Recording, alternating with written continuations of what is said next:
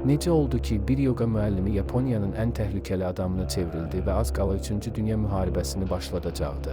1984-cü ildə Tokyoda Shoko Asahara adlı yarı-kor mistik kiçik bir yoga məktəbi açır. Onun meditasiya təlimləri apokaliptik vəhiyləri buddizmlə birləşdirirdi. Ruhani təcrübə kimi başlayan şey tez bir zamanda qiyamət kultuna çevrildi.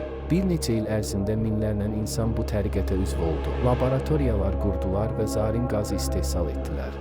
Onlar kimyəvi silah sınaqlarını gizli şəkildə həyata keçirirdilər, lakin 20 mart 1995-ci ilə qədər heç kim buna əhəmiyyət vermədi. 5000 üzvü səhər tezdən Tokyo metrosuna zarin qazı ilə doldurulmuş polietilen torbaları yerə qoyub getdilər. Nəticədə 13 nəfər həlak oldu, minlərlə insan yaralandı. Polis dini icmaya basqın etdi. Döyüş planları, silahlar və düşmənlərin siyahısını tapdılar. Asahara 2018-ci ildə həbs edilərək edam edildi. Lakin 10 ildən artıqdır ki, Yaponiyanın ən təhlükəli adamı nə əskər, nə siyasətçi, nə də sərkərdə olub.